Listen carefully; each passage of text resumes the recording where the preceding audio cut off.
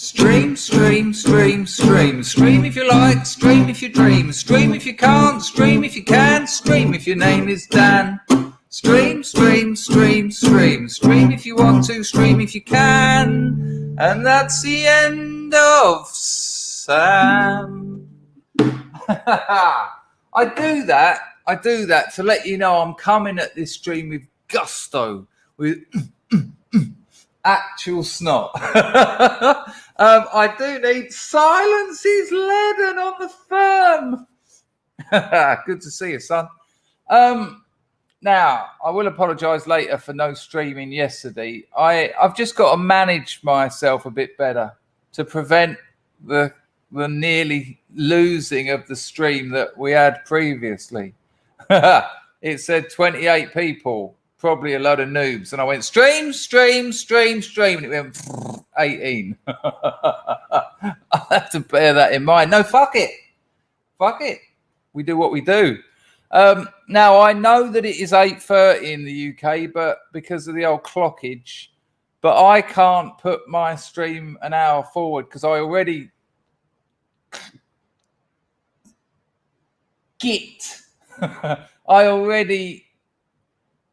awesome fuck. I already unifert. I don't know what I do. I cut. Cut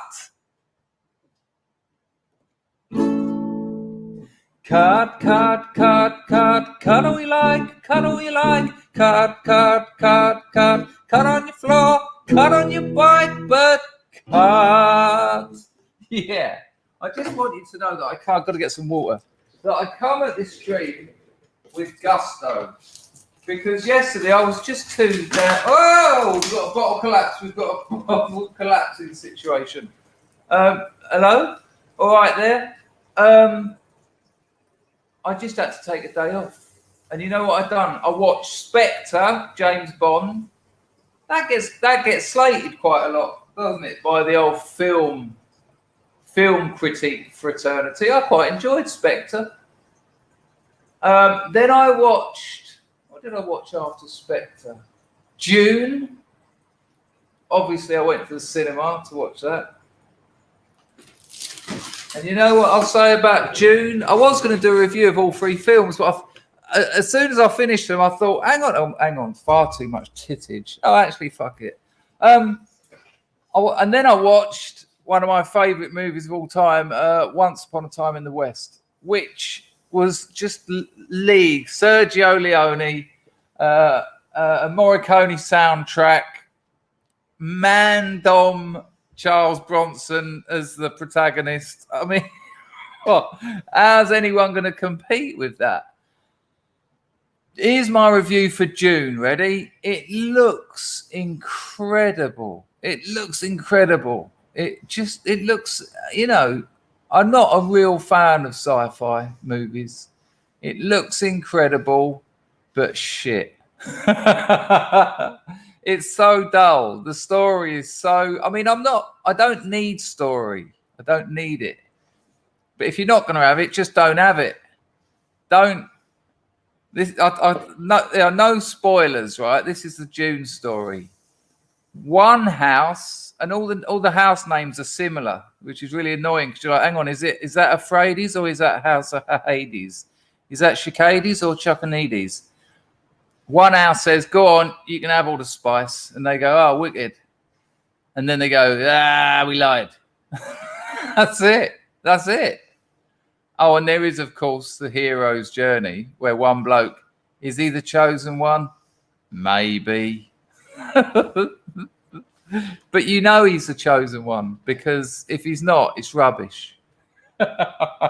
So that's my review of Dune. It was only part one though, so 3 more hours to get through. But I did look at it. It's quite weird actually, Grego, that I know Spice was from the original Dune, but when everyone's trying to take control of Spice, because he who owns the Spice owns the galaxy, owns the people, He who controls the spies controls the people. I thought it was going to be a movie about Belmarsh. Hello, Alan. Good to see you. Lovely.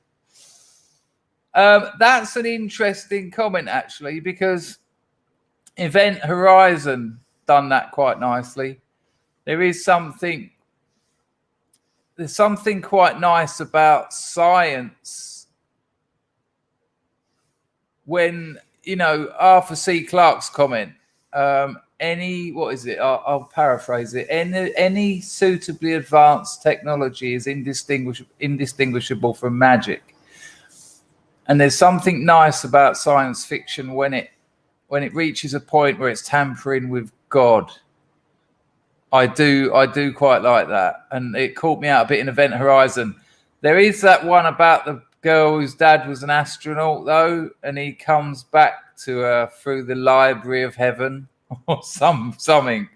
But all the time watching Dune, I was thinking, what is the story? What is this? How would I review it? I'd have to do one of my Gonzo, not Gonzo. The only reason I haven't done that is because I'm working too much. And that's where my headaches are coming from. I've been keeping an headache diary. I looked at it.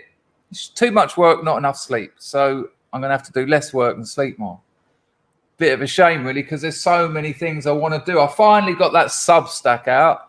Teacher's Pet Ludwig absolutely nailed it in his review. What an absolute pleasure to read everyone's reviews. But Ludwig seems to have tuned into something that really resonates with me as a writer. He should do a blog or a channel, a literature channel. It'd be amazing. It would appear he can see things that... Imagine that, Grego. What a postmodern moment. Spent so much time looking at me headache diary. I got a migraine. That's the one, Brad. Yeah, he comes back through the library of heaven or something. Plastic African says, read the books. I couldn't read Dune. I just couldn't. I've tried reading sci-fi. The only sci-fi I ever got through was Kurt Vonnegut, which my friend said is lo-fi. He said there's lo-fi and hard-fi with sci-fi. Lo-fi is like Douglas Adams. You know, you put a little fish in your ear and you can understand everyone's language. It's just an easy way of getting over different languages. Whereas hard-fi, it's the science is there. You know, they actually tell you how they potentially could get there. But Sirens of Titan by Kurt Vonnegut is one of my favorite novels. If you like Vonnegut, even if you don't like Vonnegut, I mean, they're different books. Slaughterhouse 5 is nothing like Sirens of Titan. Breakfast of Champions is also a good book. These are my book reviews. Yeah, Breakfast of Champions is a good book. So I like Breakfast of Champions. This is why I'm going to do they're going to be called Dangerfield's not Gonzo reviews. Because otherwise, what is a film or a book review? I liked it. Or they tell you things that you can find out. They can tell you exactly that. That's a very good point. I'd say a full English breakfast. You know, it's a bit like directed and written by, who cares? Who cares? How's that going to affect me watching it? Because if it does affect how I watch it, then that's bias. That's bias. Oh, this is a Tarantino movie, is it? So I should like this. Yeah, there is a place for knowing who directed and wrote. There is a place for that. It's when you want to know who directed and wrote it. It's when you want to look at it in terms of its place in a canon or something, or in the oeuvre of Eastwood's or Tarantino's, whoever's film. But standing alone, this is what me and Semi are going to be talking about. He's moving house or some shit, so we're struggling to get a time. And there's also a problem with the time of day as well because of the time difference. But we will certainly sort it out. Hello, Ash. How are you, mate?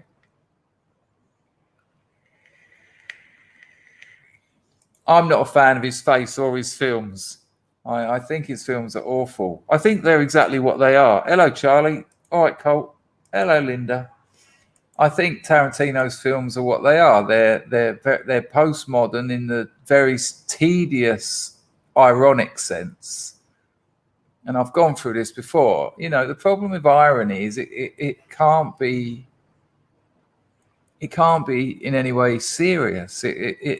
Unless it's discussing irony, it can't be in any way sophisticated because it's stuck as it's a joke. Irony is a joke. Pastiche. Oh, I've watched loads of films and I've remade scenes and stuck them all together. Okay, well that's all right. If your comment is that we live in the postmodern age, but artists like Jeff Koons that's his name, has already nailed that in a far more double ironically sophisticated way. Yes, Michael, he's a traveller. He's had to pull his chalet on a flatback and drive it down the road. Oh, they love it, don't they? And it's really limiting. Oh, Martin. Oh, I think I might have just seen that come through on my emails. Thank you for reading that. It's a lot of words in it. It's about 10,000 words. Thank you, Martin, for giving that a read. Yeah, it's crazy. Just go and find. This is the problem. Pretty much everything he's done has been done before and better. That's the problem. Even all that grindhouse stuff. It's like, don't make it look old. That's what you do in pop videos. Trying to make it look like the film's melting and all that stuff. It's like, oh, trick me. Oh, you little trickster. Brad wants to know why the women in this chat are so pretty. It has to be his accent that draws them in. It's the way I say it. It's what I say. It's what I'm talking about. It's my oeuvre. Thank you, Steve. Thank you for reading that. It means the world to me. It really does. Just one person reading it is better than none. It's infinitely more than none, isn't it? One. Have I got the maths right? Is one infinitely more than one? I suppose it depends what you mean by more. I've got loads of clips to show you because I didn't stream yesterday. I've got loads of things to show you. We'll wait for a few more people to turn up. I know it's a little bit earlier. Good call, Grego. Mumford hates it. He hates it. We'll be out and there'll be some absolute hottie. And the next thing, she's chatting to me. And he'll go, oh, here we go. Fascination. Cleo Rockus was a classic, of course. Not a problem, Livy. Livy, you might want to read it on the website rather than in your email because I've already done some editing. Because I forget to, because you know, I don't pay an editor for my Substack. That's ridiculous. So I tend to nip and tuck little problems. I look at it occasionally, and I already took a couple of lines out. But you're free to read it however you like.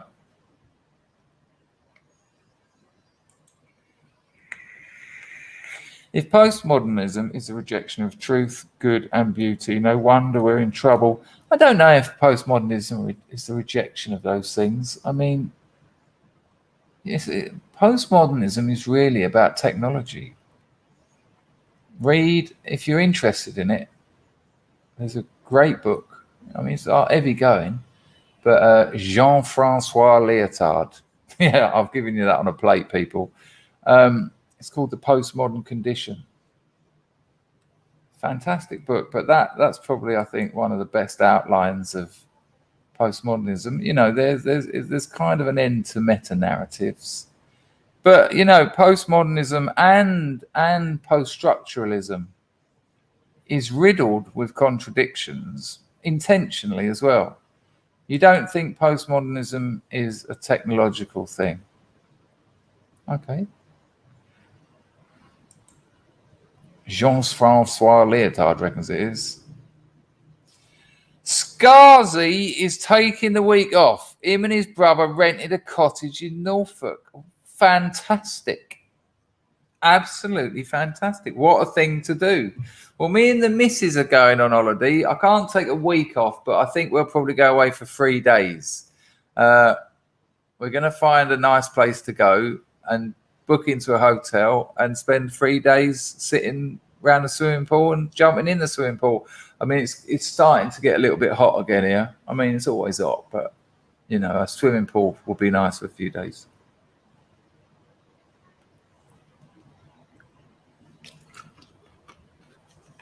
Leon Squared says Baudrillard is best. He's best at being Baudrillard. I don't know what. Cool Memories is one of the best books ever written, but he's a bit of a, you know, it's a bit of a joke, isn't it? Baudrillard's a bit of a joke. Simulations is great, but that had all been said before. But I think he brought those ideas to the masses. Have you noticed in the introduction to The Matrix when Neo's selling those weird digital drugs to those 3 people that come to his door, the book that he's got it stashed in is Baudrillard's Simulations and Simulacra. Anglosaurus Rex says modernism is objectism. Postmodern is okay. I don't agree with that. I think that's a very simplified understanding of postmodernism and modernism. But that's all right. You don't go with it. I quite like J.B. Peterson. Baudrillard is like, what's he like? What's he like? I mean, look, tell me something. Give me something that Baudrillard said that's significant in the history of thought that A, hadn't already been said. That'll do. That'll do. Good morning to you, Alan. I'll tell you what, I will drag out the grift. Thank you, mate. You're back at work, I'm assuming, today, right? Let me do this. Chomp, chomp, chomp, chomp. Oh, it wasn't chomp today. It was stream, wasn't it? While I'm sorting this stuff out, what is modernism? It's a bit of a big question for a Monday morning stream. I mean, modernism is, you know, it's many things, isn't it? It's what happened to the work of art in the age of mechanical reproduction. It's a response to the world wars.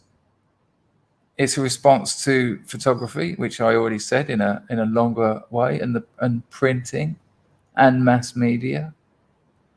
Yes, there's loads of things in different contexts. I'm not saying you're wrong. I'm not saying you're wrong. I just don't agree with what you said. But that doesn't make me right, you know. Thank you, Alan, for that. While I'm sorting out the grift, I'll show you a picture. Do you have any hope for no? No. It might be right, I suppose. I mean, it's all about John Wick, really, isn't it now? If you're looking at action movies, they're brilliant. Absolutely brilliant. Check this out. A scrub painted this as an idea for the cover of my novel. Have a look at this. I put it on the community tab this morning. Oh, in your own time. Look at that. It's not bad, is it? It is actually bigger than that, but I couldn't fit it all in. And you might not be able to see, but there's a winding. That's the Mekong winding off into the distance. And there's a very strange and interesting reference to Apocalypse Now in that frame. And people who know that movie will obviously see that. That'll be yours truly. And that'll be the young lady who features in the novel. It's very nice, isn't it? How kind of someone to do that. I will use it for something. I mean, unfortunately, it's not. I might do a limited edition with that one or something. Get the fucking novel finished first, maybe.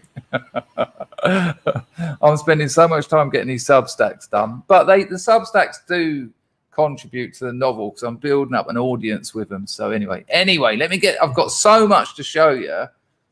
I've literally got I've got 13 tabs open, which you could also call my computer's going to crash any minute. Chomp, chomp, chomp, chomp. That song stuck in my head. I think it's the melody and the lyrics. Chomp, chomp, chomp, chomp.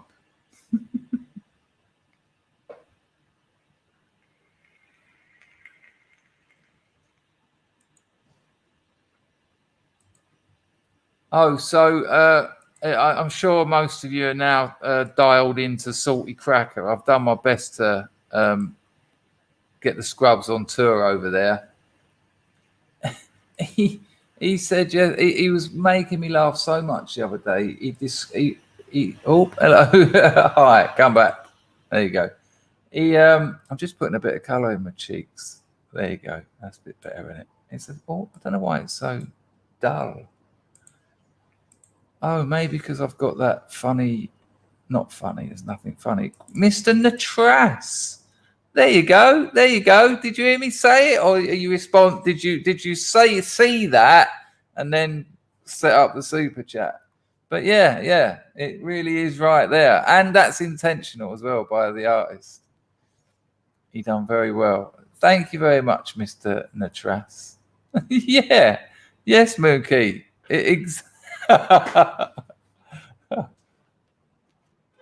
Hello, Zyke, guys. Good to see you. Thank you, Graham. That's much appreciated. Yes, Cole. A plethora, a CPU malfunctioning plethora of tabs. Right. Hang on. Let me sort this out. Chomp, chomp, chomp, chomp. Oh, it's so nice coming out of a period of illness, isn't it? Good Lord. All right, I'll keep this brief. All right, there you can become a member. I didn't do the Heroes stream this month, and now it's the first. So they'll get 2 this month. Apologies. I can't do anything about migraines. Well, I can work less, but working less means not getting that stream done yesterday. But I will make up for it, without a doubt. I will, because that's the highest strata, and that's a bit of a con. But they did get to see the other 2, so But I'll definitely make it up, and I'll do 2 of them this month. So you can join. That's the top link in the description. You'll get your private streams this month. Super chat, $sign at the bottom of the chat. Entropy link in the description, but I'll pin the entropy link to the top of the chat. Oh, and guess what? Guess what, people? You can now... Has that worked? Yeah, you can now comment on the community tab again. They finally sorted it out. I worked it out this morning. I put a link to the stream up. I put that picture in. I went to the comments, and they've actually sorted it. So I have to give credit where it's due. Steady. Because I did keep at them, and they said send it as feedback rather than talking to us. And I thought, oh, I see. Get it lost in a AI maze rather than talking to a human. But I done it. I just thought, fuck it. It might be what I was stuck in a circle of the same old messages. And this morning they're back. So you'll be hassled to write comments on the shorts and the community tab now. But you probably won't, because I'm testing this. And next month I might not do the shorts in the community tab, and I'll have a look at the numbers. I mean, at the moment, it looks like the shorts do bring people here. They just don't stay. But what was it, Salty Cracker? He described the leftists. I can't remember what he said. I was going to tell you this yesterday, obviously, but I didn't stream. He had me in tears. He really did.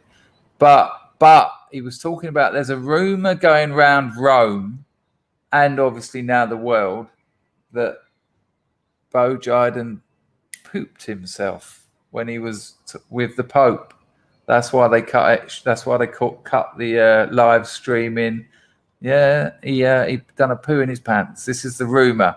And Salty Cracker said, fire up your 80mm meme cannons and just spread this stuff like wildfire. Oh, that's interesting, Ash. Were you previously getting them? That is very interesting. Nice one, Chrissy. Thank you, Chrissy. We had a little chat on Telegram, didn't we? Oh, yeah. Linda's called it Heart of Dangerfield. Hearts of Danger. It's a nice picture, isn't it? Imagine someone doing that for me. Lovely. Rise of the Riot's got the coof. Oh dear, man. Well, horrible being it's sick anyway, isn't it? Everyone I know's been all right with it, to be honest. So I hope it's not too rough for you, mate. This is why I'm thinking about not coming to England. I mean, I want to see my mother, but it sounds like it's a little bit rampant. Like I know so many people have got it now. It's almost like it's been managed terribly. I'm not saying that, not knowing anything about medicine. Look after yourself, mate. Nice to see you as well. Whoa. Everyone just chill. We need a 9 in the chat. Look at this fella. He's had nearly a decade of sense and sensibility, dare I say. 9 in the chat for my stepdad's not me. 9 years off of the jazz cigarettes. Incredible. Very difficult one to give up that, because not only is it so prevalent, but because when you're on it, you don't see what you're missing because you're on it, especially if you're a stay high. And so it takes quite a lot of faith, really, to sort of say, no, I'm done. And get through a long period of biological reassignments of feel good and sleeping sort of chemistry. So, yeah, amazing. I know I've said this countless times, but it does bear repeating. When I first started my rehab career, there was people in there for smoking weed, and I was just laughing at them, thinking you're off your heads. Well, they were. But why have you rocked up into a rehab? Why are you going through this hell for smoking weed? And then when you hear about them doing nothing but eating crisps and playing computer games 24/7, I'm like, oh dear. Living in their mother's basement. It's just ridiculous. Chrissy, did I say thank you for that? I hope you're all right, though, Rise of the Right. I don't really know what to say, but I hope you're all right, obviously. Nice to see you as well.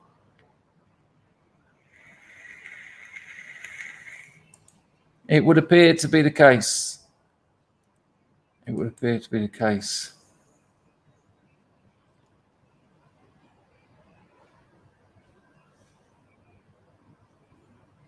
Last one says, there are benefits. I saw your typo correction, no worries. There are benefits to having cannabis in different forms. Smoking is the most harmful just because of tobacco. Yeah, I imagine burning and inhaling anything regularly is not that good for you. And I agree with you. I agree that there are benefits to cannabis. I really do. I think it's a much misunderstood and under-researched drug.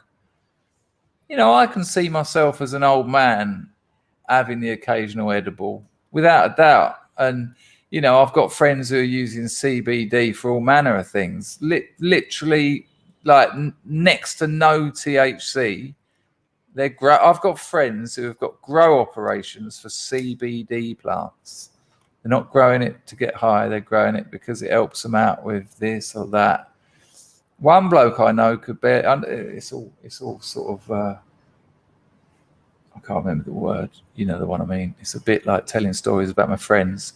But one of my mates could barely walk from arthritis, and he swears by that CBT. He's up and out and all sorts. I do agree with you, Lars, that's for sure.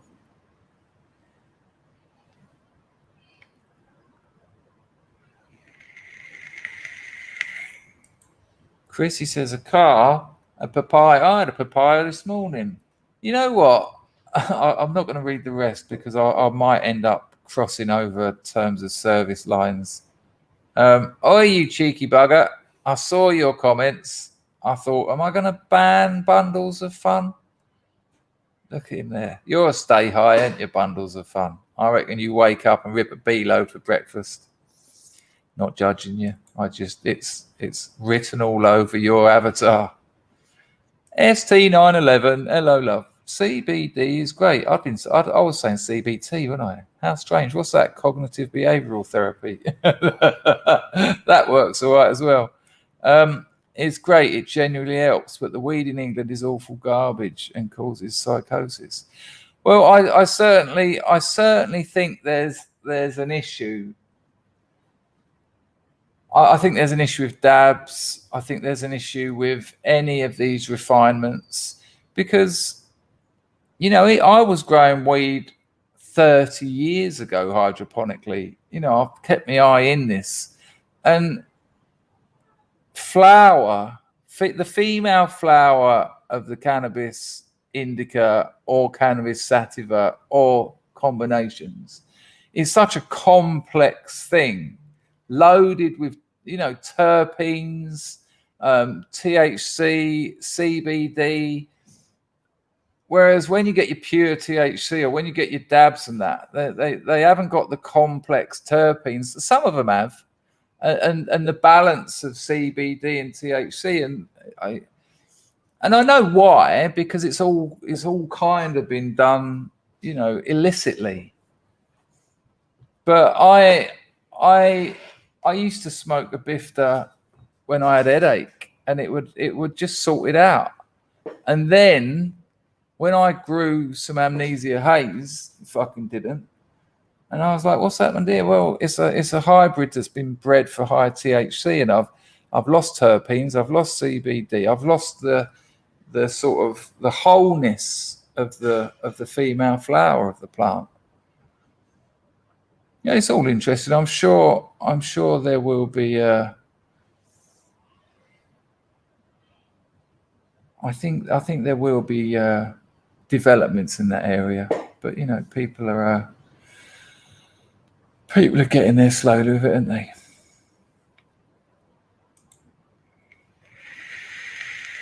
No, it's not, and I'll tell you why. I bought some. I had 2 nurses lined up to sit with me, doing 6 hour on, 6 hours off, because it can last up to 3 days. I was doing it to get off the skag, right?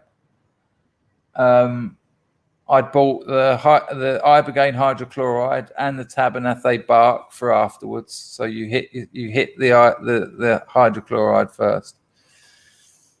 I had my GP do my bloods, heart, liver. It was like a well-man clinic, and he said to me, and I was 47. How old was I? No, a bit younger than that. I think I was like 42. And he said, "You've got the body of a 30-year-old. Lord knows how you've pulled that off, but nonetheless, you have. You'll be fine." He didn't say you'll be fine because he didn't want to comment on ibogaine. And I had it all set up, and then a mate of mine died on ibogaine. And the death list on ibogaine is racking up. And here's the thing.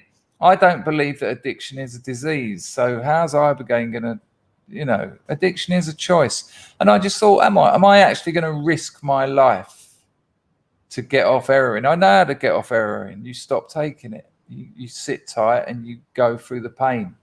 I think what I think is you're tripping your nuts off on one of the most horrific trips you can possibly have. I mean, go online and look at people tripping on ibogaine. It looks like hell, and they all reported as hell. That 2 or 3 days, you've got to be 24 hours clean before you do it. So you've already done 24 hours, and then you're doing 3 days. That's the acute period of a heroin withdrawal. So by day 5, you'd be feeling like you're over the worst of it anyway. Yes, it's good. You've got a couple more weeks of agony, but the acute period is done. So you've just been, it's bollocks, man. I don't. Maybe ibogaine's got some uses, but I don't like this cure addiction nonsense. I just don't buy it. But I'm not a doctor, clearly. There you go. Andrew says he uses cannabis oil for his MS. Yeah, there's the classic one, isn't there? What's the classic? There's a name.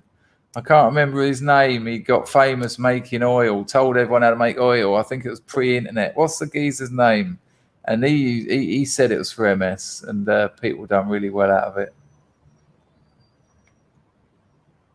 No, fuck that, man. Ash, are you still on the methadone? Just taper the methadone as much as, I mean, this is going to be a bit controversial. I'd say get on the smack, because a smack detox is better than a methadone one, but that's an awful thing to say. And if you're stabilized on methadone, that's it. Hello, Ian. That's it. Rick Simpson's hash oil. Why do we all know that? Rick Simpson's oil. Colt. What do you mean? You got a problem with it, Colt, or it's just that's your tipple? Hello, Deadbeat Chess. How are you, man? It is a bloody it's an horrible thing to come off methadone, but you know, you have to go through the pain to achieve things in life, you know.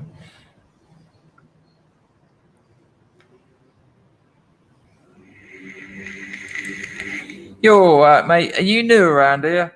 It's not a problem at all. Look, anything goes here, and no one has to agree with me or disagree with me, but you've got, you know, just be respectful, and you have been, so, you know, it's fine. Brad always thought of addiction as more of a temporary mental illness. Well, I just think it's a choice. It's just loads of bad choices that you keep making. I mean, look at the contradiction of rehabilitation. What is rehabilitation? Well, we treat addiction. What's addiction? Well, it's when you can't stop doing something. Well, if you can't stop doing it, how are you going to treat me? Well, we're going to stop you doing it. Yeah, but you just said addiction is something you can't stop doing. Oh, but you can stop doing it with help. Oh, okay, well, that's a slightly different definition already. So, you know, they pull the rug out under themselves.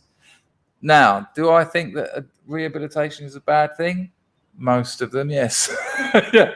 I've been to about 20. One of them, two of them. I think you need a lot of help. I think it's nice to have people around you who know what you're going through. I think that's what I like about NA, and pretty much all I like about NA is the fraternity. There's people there who know what you're going through. It's hard work when your key worker says, you know, Chris, I've never done heroin, but giving up smoking, it's a bloody nightmare. And I'm like, fuck off. Please fuck off. Please just give me my script and go. Meganesia's come in with something very, very heavy. I've died before and it was fantastic. She said, I know what it's like to be dead. Let's try that with this random chord. She said, I know what it's like to be dead. I said, no, you're wrong.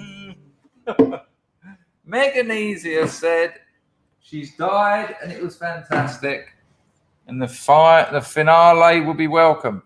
Yeah, but Meganesia, my love, you came back from that one. I'm not sure that happens every time. Anglosaurus Rex says, is everyone here a druggie? Well, we don't like to say it. Saying it like that, it sounds bad. A lot of people here have had or are having alcohol and or drug issues, yeah. But that's all right, you know. I reckon you could go to most streams, and if people were being honest and you wrote in the chat, who is drinking or taking too many drugs, I reckon most people would go, you know, alcohol has devastated Europe, absolutely devastated. The amount of friends I've lost to booze, you know, young men in their 40s, dead. What did he die of? Everyone's like, don't know, just died. Oh, you mean that fella that used to drink 9 pints a day? You don't know what it was, no? Okay. Just natural causes.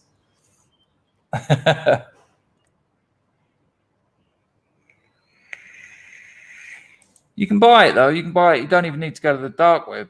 You can just get it off some lunatic woman in Holland. She put a video on YouTube of her treating people.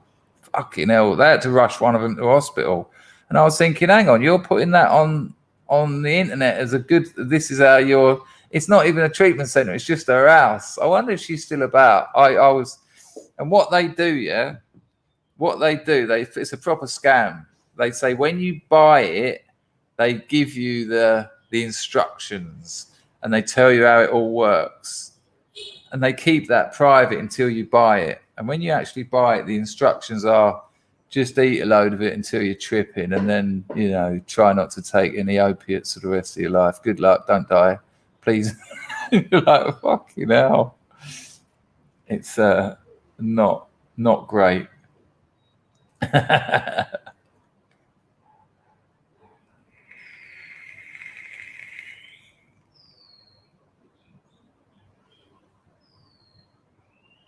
Fat Girth says CM-G. Great choice. I don't know what that means. Bundles of Fun says good tea for an ex-addict. And yeah, well, hang on, mate. Can you see the metal? Can you see the metal? I've got 6 golden ones. Swapped them for a couple of thousand Valium. That ain't a bad old dentist, is it? Hello, Loki. How are you? I'd rather quit smoking 10 times back to back than quit opioids again. Oh, that's an interesting one, because cigarettes are hard, though. I know what you mean. Yeah, I agree. I was trying to see that afresh, but I just suddenly saw myself holding my ribs through pain of dry retching for 5 hours. Oh God! Oh, and the agony. Yeah, I'm right. Well done, though, Loki, quitting. What were you on, son? What's going on here? Wolfie's broken some bones.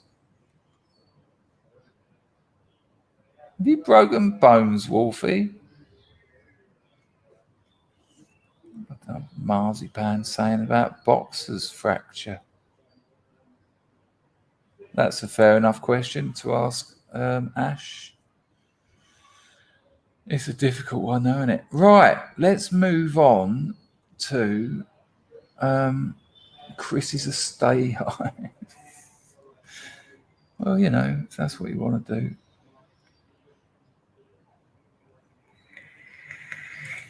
What an amazing comment from a hair in the gate. To be fair, lots in here used to be druggies and are now aren't because of the stream and the scrubs. Yeah, we've got loads of people clean here. It's quite incredible. Scarsy says, cannabis, speed, coke, Valium, alcohol for years, but the last few years just stopped without trying. Go back and have a go, but it ain't a problem no more. Yeah, I think that happens to a lot of people, doesn't it? You just get to a certain age where you want the clarity of life. You don't want to run from it. You want to embrace it. I'm sure many of the opiate users or past users in here know this story, but apparently there was something mad like 1 in 3 American Vietnam vets were using opiates. The Viet Cong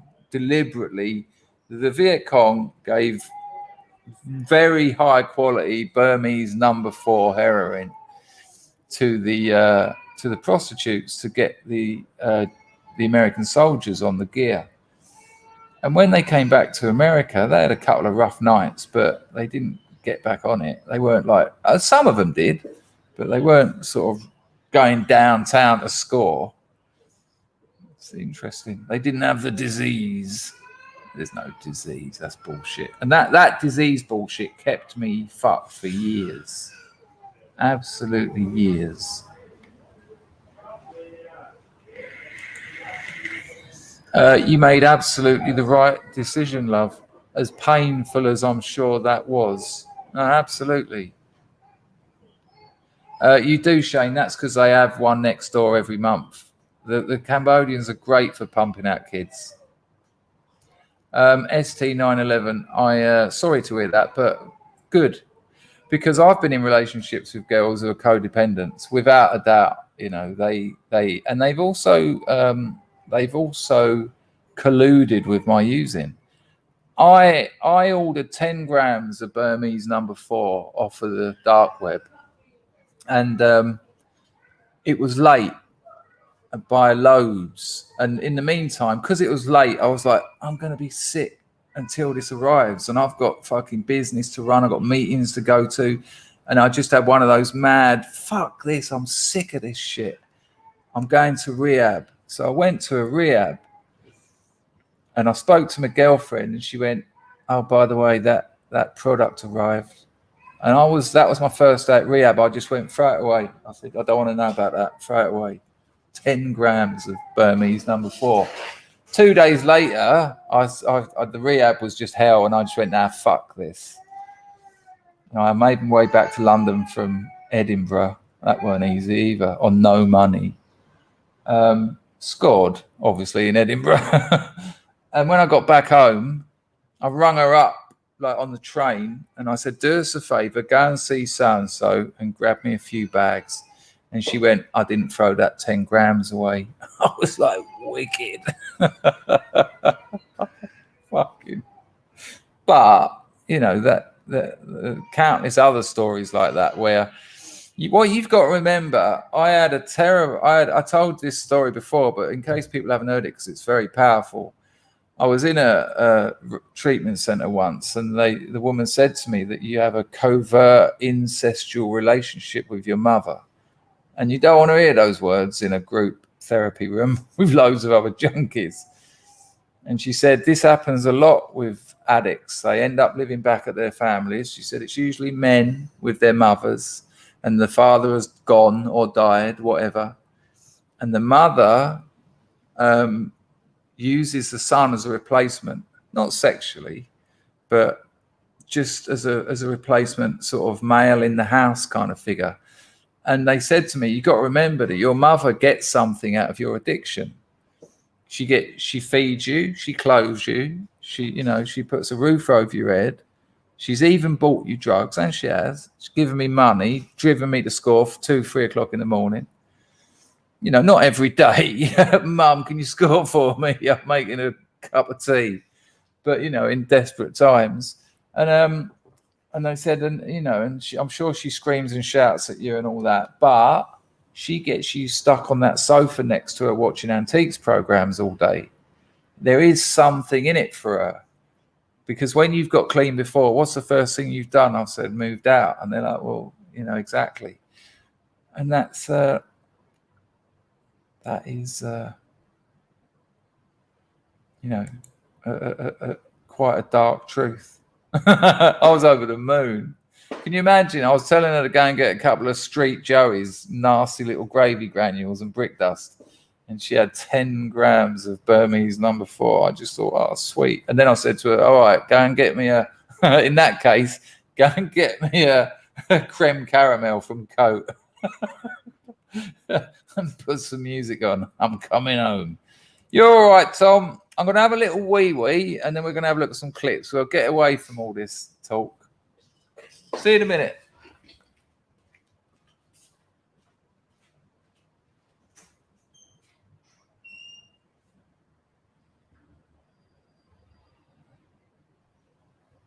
Oh, balls, I forgot my needles.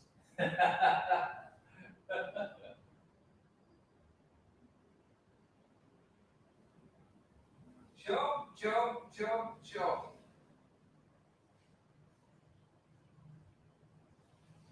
Good Lord.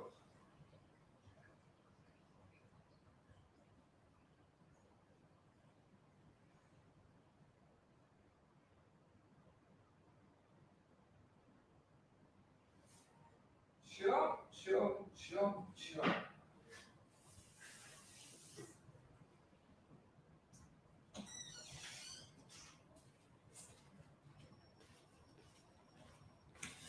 Right, check this out. Before we move on to the clips, okay, there's something amazing I want to tell you. Because the other day I was talking about piles of money and how big they are, and I actually found the stats. But listen to this, right? And because before I tell you the stats, it will blow your mind. So Microsoft have now overtaken Apple as the biggest publicly traded company in the world, right? The boy Gates has finally done it. And they are worth, listen to this, they are worth 2 point, oh, hang on. Ah, bollocks. 2, or is it 4? Hang on.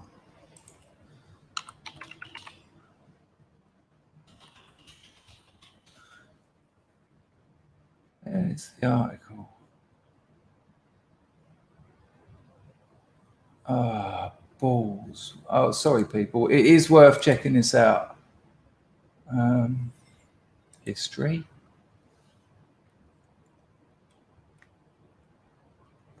Oh.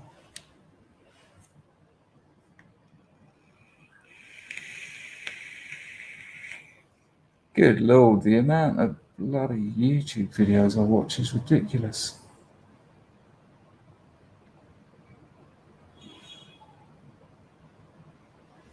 Oh, here we go. I've got it.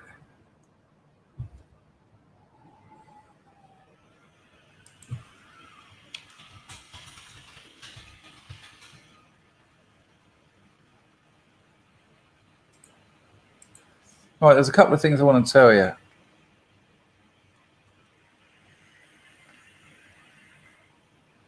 Where is it? Where is it? Anyone, all you people who've got free trade accounts, and I know it's about 20 of you, are all your numbers green? That was the best month. Last month was the best month of the year. My free trade is just green, all except for one. All of them have gone up. Tesla's fucking flying. Now listen to this absolute gutter. This is going to blow your mind, right? I say if you're going to gamble 10%, right? I had good call, Pax Max. Good call. We watched it yesterday. We had them on here doing parkour, Anglosaurus, no less. Right, so Microsoft is now, it's the world's most valued public company. It's gone over Apple. $2.49 trillion, right? Now here's how, you can't imagine a trillion, it's impossible. But here's how we do it. Right, and I've got the numbers this time, so I'm not going to get it wrong. So listen to this. $100 bills, right? $100. $1,000 is 4 point. Hang on. No, $1,000 bills is 4.3 inches in your hand. All right, so $1,000. No, that's 10,000, isn't it? It's 4.3 inches, right? So about there. $1 trillion bills, right? $1 trillion is 67,866 miles, right? That is more than a quarter of a way to the moon. So if you were to stack up Apple's money in $100 bills, it would be more than halfway to the moon. Fucking hell. Oh, Grego, are you joking? Did you look? I did mention this. You need to have a certain temperament for investing. You can't look at it and go, oh, this looks like they're all going down. They will go down. They will go down. You know, this is a long plan. 10, 15 years. You don't sit there going, oh, they've gone down. But my one, it's just a sea of green, which is a hydroponics technique. However, the point I wanted to make was, what I've noticed is, do you remember when I had Dan the Iconoclast on, and he was saying that he thinks because politics invades everything, he was saying that he thinks the next people YouTube are going to start digging into. We've nearly done an hour. The grift has been appalling. Help us out, you bastards. After Susan tax, £4.50. After government tax, £2.40. Right. What was I saying? Right. So Dan was saying, a very good point he made. He thinks that the next people YouTube are going to start getting into is the likes of the Critical Drinker and Mauler, because they do film reviews. But because if you're doing film reviews, you can't avoid talking about racial politics. You can't. How do you do film reviews without talking about demographics? How do you do film reviews without talking about what was it yesterday on Saturday? Without genital fetishization? And they do. You see them all the time, and you can't avoid it. Now, so over this last year, I've been paying a lot of attention to the stock markets. And I have seen in the last year, without a doubt, the politics of the markets in websites like investors.com, Business Insider, Your Stocks, all these, you'd think they were just going to tell you about the stock markets. But the political bias has just ramped up so much this year. You go somewhere just to check out prices, and you think, you listen, you read, and you're thinking, hang on, I didn't come here for your opinion. I didn't come here for your opinion on Donald Trump. I wanted you to just tell me about stock prices. And check this out, right? I am gutted. I had $500, right? I'd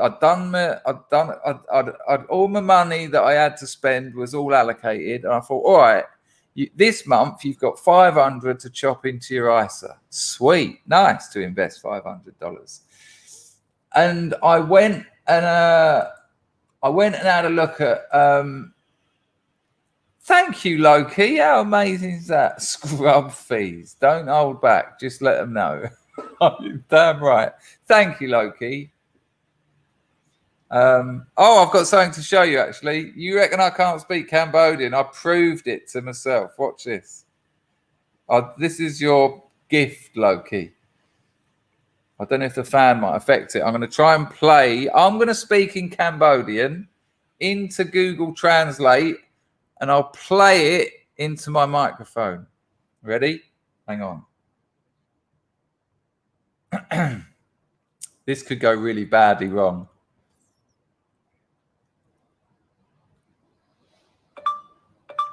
Knyom Sroline Body Kampuchea Klangna. I love Cambodia very much.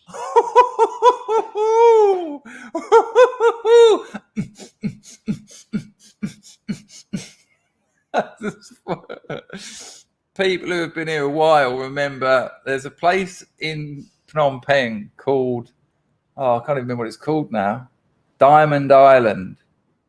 Kap Pai. And my missus will sit there and she'll go, Kap Pai. And it'll go, Diamond Island. And I do it, and it's just different every time. Let me try it. Kap Pai. Chippy. One more. Kap Pai. What? Hang on, I'll do it the other way round. Diamond Island. Kap Pai. Right, you hear that? I'll play it to you again. Kap Pai. I mean, that sounds simple, doesn't it? Kap Pai. Chippy. Chapey. I don't even know what that is. Anyway, I got the first one right. Thank you, Meganesia. Money from the death. You're very sweet to your audience, Danger. That's very kind of you to say. Well, they're very sweet to me as well, most of the time. But thank you, Meganesia. I know that I'm the common denominator, and I know you didn't mean anything by that, but I try not to see them as my audience. I want to be part of the community. We are us. Thank you, Meganesia. That's a lovely comment. Nice one, Mookie. That's very kind of you. Mookie. Well, that was nice. That's good, isn't it? Guppy. But my missus, and some of you will have seen this, she'll go Guppy, and it goes Diamond Island, and I go Guppy, and it just says briefcase or anything. But I got the first one. I did get I love Cambodia very much, which is quite a good thing to be able to say, actually. Whenever a taxi driver says, "Where are you going?" I just go, "Kenyam Slolan Porte Cambodia Klangna." And he goes, "Okay." Yeah. Right. Okay. I don't know if it said gobby. Maybe it just thought that rather than translated it. Now, so check it out. So I had this spare monkey, and that's quite rare. And I thought that goes in the ISA. And I'm all about indexes. This is the advice that Sam gave me. I can't remember if I called him Sam or Tom now, but I do a 10% gamble. However, I heard that Donald Trump's SPAC stock was going live. A SPAC stock is what's it called? A special purchase acquisition company. I think that's what it means. A SPAC is special purchase acquisition company, right? And what that is, you're buying stocks in something that haven't actually got a business, but they're going to have a business. And it can be quite a good gamble. Like, you know, if Elon Musk set up a SPAC, throw everything you've got at it, because he's then gonna use that money. So a SPAC stock, right? Imagine Elon Musk said, "Right, I've got this SPAC stock, a special purchase acquisition company." He's basically raising money to set up a company, and Musk tends to do pretty well. So you'd probably do well to get in on that. So I heard that Donald Trump had got this SPAC stock, and I thought, well, this is going to be for his social media thing, Truth Media or something. It's called Truth Social, which you can sign up for, by the way, people. Go to Truth Social, put your email in, and you'll get in early. I've already done that. And I thought, that's got to be worth a punt. And I was sitting there thinking, can I afford to lose 500? Not really. Especially when I could put it on an index or Tesla, which Tesla's just flying, you know. And I was thinking, and I thought, no, go on. You've got to take risks sometimes. So I got on free trade, put in the ticker, not available. And I thought, oh, come on. I thought I'll check tomorrow. Forgot to check. 4 days later, that stock went up 800%. Yeah, I'm about $3,500 out of pocket because of that. And it's on free trade. Yeah. Now, I don't know when it went on free trade, and it's gone down to about 580% of its original price. But I would have sold at 800. I'd have done a 2-day trade. In, out, bingo, $3,500. I just forgot to check. And that could have gone on there the next day. Now, that isn't why I'm telling you the story. That's just to let you know that I really fucked up. And that's hard to take. Just because I checked it. I could blame the migraine, but, I should have written it down somewhere. However, the reason I mention this is how I was telling you about how these stocks and markets websites get political. And I read one this morning. Where is it? Meanwhile, the Donald Trump SPAC is on track for a huge weekly drop. And I've read on other ones, Trump's stock is looking like, blah, blah, blah. And they're just slagging it off because it's Trump. And it's like, hang on, it went up 800%. It's gone down to 580.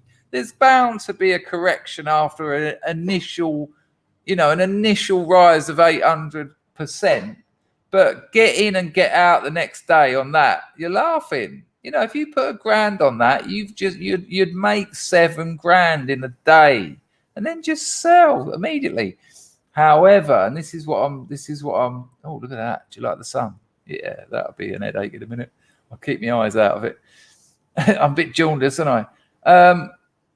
Mookie, did I thank you for that donation, mate? That's very kind of you. I think I didn't. Thank you, Loki, and thank you, Meganesia, and thank you. Oh, hang on a minute. I would appear I've missed another one from Mr. Natras. Hello, Graham. Nice one. Critical drinker is okay. I know his delivery annoys some people, but he rips into woke nonsense. Anyway, I ain't giving Susan money. Graham, you can go on it. If you go on Entropy, which is, well, you've paid it now, but next time, I'm not assuming anything. If you use Entropy, which I pin at the top, Susan doesn't get a penny. Nothing. That's what Entropy's for. So I'll just let you out. I love Critical Drinker. But yeah, you can see the iconoclast point, can't you? Because they have to get into all that stuff. That could be, they might be on YouTube's radar. But thank you, Graham, for the donation. Do Cambodians have a word for nationalism? Yeah, Cambodia. Because they're 98% of the population. Amazing. That's why it's absolutely wonderful out here. I'm sorry, I'm not apologizing for it being wonderful out here, but you know, I am lit so weirdly. I don't know if I like it. Anyway, someone just put the ticker in. That's it. Right. So, but it might, this is my point. Right. I'm not a professional financial advisor. I give you these things for entertainment purposes only. But Matt and Zeitgeist has just said, like a hedge. I wonder if you put money into that, which then gets spent on Truth Social, which is going to explode. You know, Donald Trump's own, come on, it's going to explode. But imagine then he becomes president. That stock is going to fly. So it might still be worth a punt. I don't know if I'll do a monkey, but maybe 2.5 or something. And just, you know, just sort of hope that he becomes president, not just for that reason. Yeah, there you go. That's the point. SPAC stock, SPAC, SPAS shares. Well, SPAS shares, they do exist as well. They don't. Yeah, I certainly think so. But I missed it. I missed it from my own forgetfulness.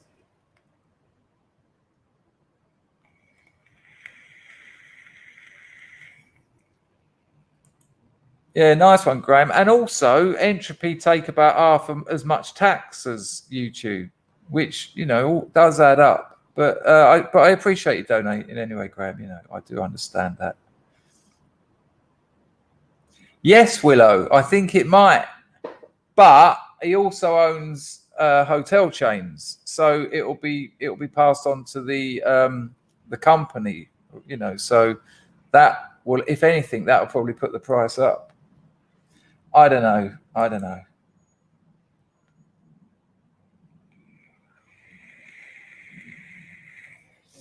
Right, weird question, because I was thinking about this earlier. I'm sorry about the colour, but I kind of like the sunshine. That's what a horrible thing to say to people in England in November. I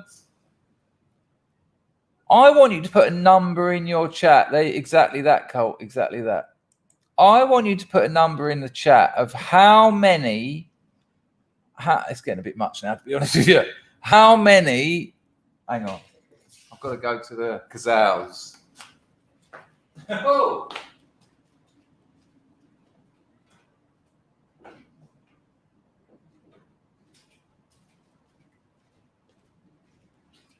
How many?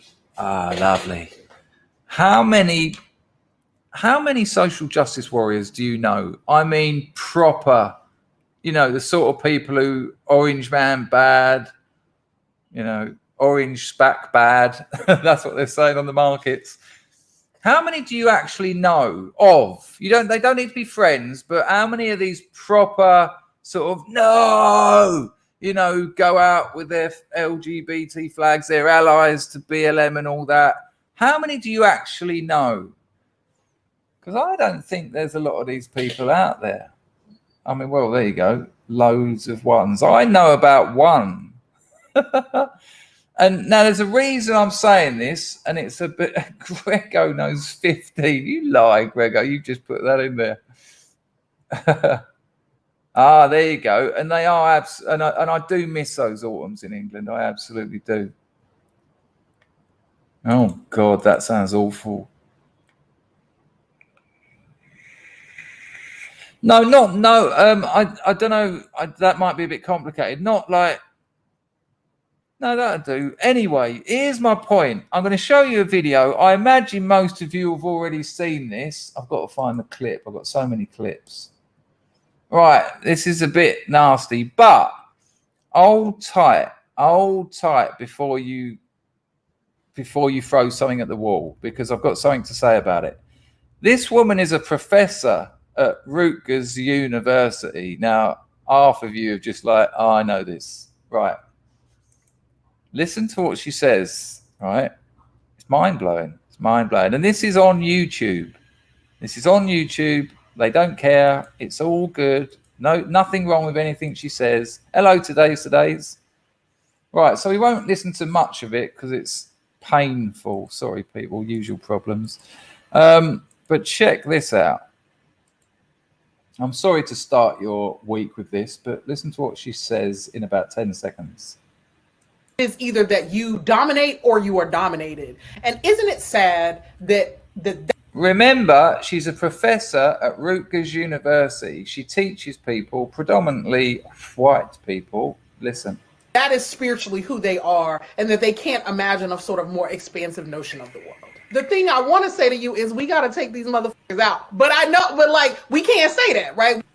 Well, what she's saying, she can't say. She's talking about white people, and she just said, what I want to say, I'll play it to you again. What I want to say is that we need to take these motherfuckers out. That's what she says. And then she says, but you can't say this. But you just did, love. Spiritually who they are, and that they can't imagine a sort of more expansive notion of the world. The thing I want to say to you is we got to take these motherfuckers out. But I know, but like, we can't say that, right? We can't say like. Yeah, but you did. Now, there's another bit around here somewhere I want you to hear, but calm down, because this is a white pill. I think it's about here. I don't want to play more than I have to. Side of this very inconvenient, epochal interruption of like Black and Indigenous world making. I mean, does that give people comfort on the day to day when you like just having to deal with white folks and the travesties that they create and the sense that they want to destroy the planet? I mean, that computer and internet you're using and that camera you're using, I don't know whether they came out of Africa. I'm not sure. I can't say for sure.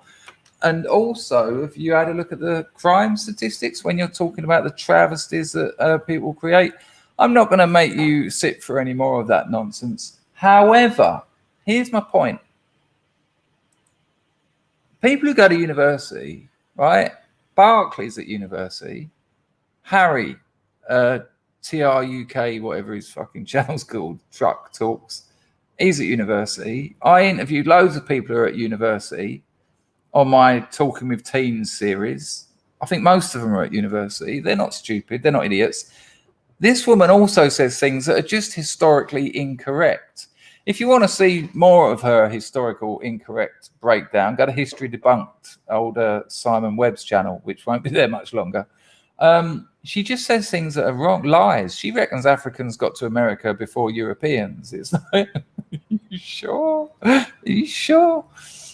She says so many things that are historically wrong. Now, here's my point. Yes, we sort of watch a lot of fear tube, I'll call it.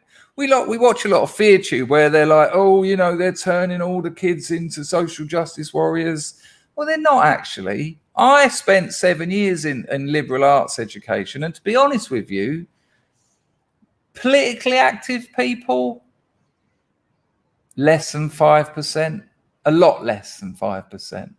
I came out of it as a communist. I've never made a secret of that. But I was, we were like, there was about 4 of us who talked about politics. Most people, they sit in those feminist lectures going, okay, yeah. And then they just forget about it because they want to just make some paintings or play some music. And this is a white pill, because these people aren't convincing anyone, because they come out of those lectures thinking, that seemed racist and largely unpleasant and historically incorrect. And then when other people say, well, hang on a minute, she's got a point, and then they say, you know what, she's got it, she's made up history, she's invented things. And it's much like the Biden.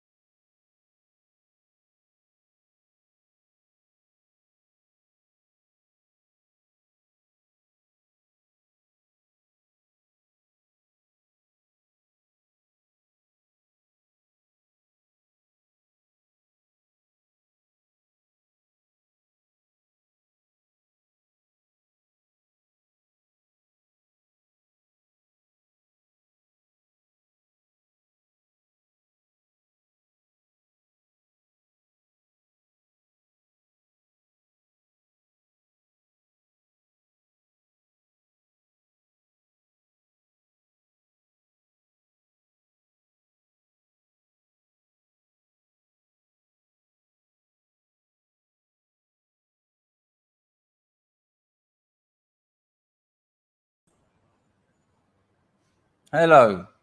Let me know I'm back. Can you let me know when you can see me? Let's be honest, that was a weird time to have a problem with the internet, wasn't it? I mean, okay, thank you. Of all the times. But my point is, if she was just a little bit cleverer, she'd be dangerous. But people aren't buying it. So when you see that, yes, it makes your blood boil, but just think of it as they're not buying this. That video is just so downvoted, and all the comments are just, tearing it to pieces. There's not a lot of people are buying this. We've seen all last week, I showed you people in Congress, people in the House just saying, nah, we're having this out of our schools. The backlash is on. So yes, it's horrible to hear, but it's such a mess of lies and half truths that I wouldn't worry about it too much. Don't think that these people don't have a large influence on a large amount of people. They don't. How big is Pantifa? It's a tiny little organization. It's like 10 people, and they grow out of it. I don't know about that sun on my dome. That's going to be an headache. Yeah, I'll sit here. So yeah, don't worry about it too much. I wouldn't. I've been at university. I know how many. I know. I've been in lectures where we've got hardcore feminists who are reading the Scum Manifesto. The Scum Manifesto. The Scum Manifesto should kill all men. And she shot Andy Warhol. And I was at art school where hello, Imagine Orgalamo. There's 102 of us over on YouTube, mate. It's not just you and one more. Yeah, I know, shocking, Wolfie. It's just absurd. But she then goes on to say things that everyone knows aren't true as well. I think this stuff has had its day. Even in a Democrat administration, this stuff is on its way out. They've been called out. It's been exposed. When you've got parents going into schools, and when they've tried to, the FBI, that's your plan, is it? Too much blue. Oh, it's about there, isn't it? That's how desperate it's got when they're calling the FBI in to basically scare parents away, and it isn't working. So this, I don't want this to sound patronizing, and it might do. So just try and see it. Be careful with how much fear porn you watch, because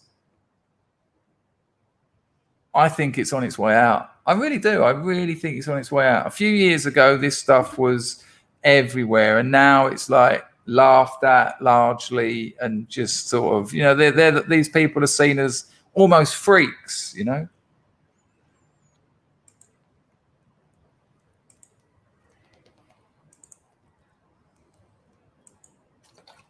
But anyway, anyone on free trade, let me know if you've got a green wave. Let me see how mine is today, because I might be saying this and it might have changed since yesterday. It doesn't recognize my face with the bins on. There you go, we're in. Portfolio, cancel. Yeah, they're all green except for one, and one of them is a long-term risk strategy. How can I show you this without giving away too much information? Oh, you just have to trust me. They're all green except for one, and one of them's a real long-term strategy. So that's good news. Right, I've got some other stuff to show you. For the people who got in late, a scrub done this painting as an idea for the cover of my novel. Now, I'm not going to use it for the main one, but I might do a scrub special hardback if it's a successful book. I put it on my community tab this morning. That's the whole picture. That'll be me there. That'll be the girl. And that will be an ode to Apocalypse Now in the background with the old Mekong Delta worming its way into the distance. How nice of that for someone to actually knock that up. Amazing, huh?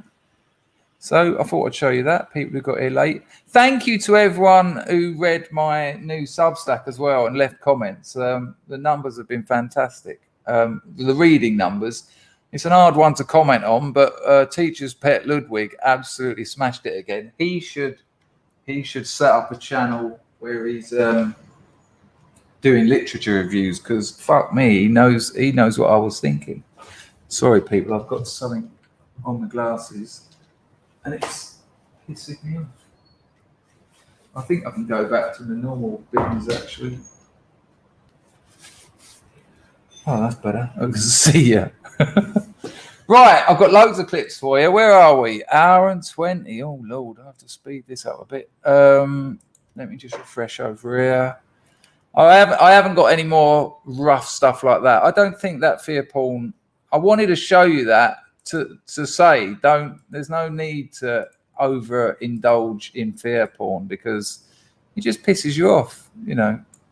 And they're not clever enough to be as dangerous as I think I certainly at once thought. Right, this is really weird, because I had a day off watching movies and not working. I've done nothing except for my Substack yesterday. I don't really call writing working. I got myself into a right old YouTube rabbit hole. It's really, you know, I work too much. I do 2 streams a day. I run a business. I write. I've got a novel. I've got a Substack, and that's why I'm getting headaches. So I'm not going to do so much work. Graham, not an entropy, no. On my humble opinion, the left utilized events and the Long March became a panicky scramble. I think it will eventually backfire on them. I absolutely agree with you. I absolutely agree. I have likened it, Graham. It was going fine for them. The Long March, you know, the Long March wasn't really organized. It was just a general sense of something that is worth doing. And they pulled it off miraculously.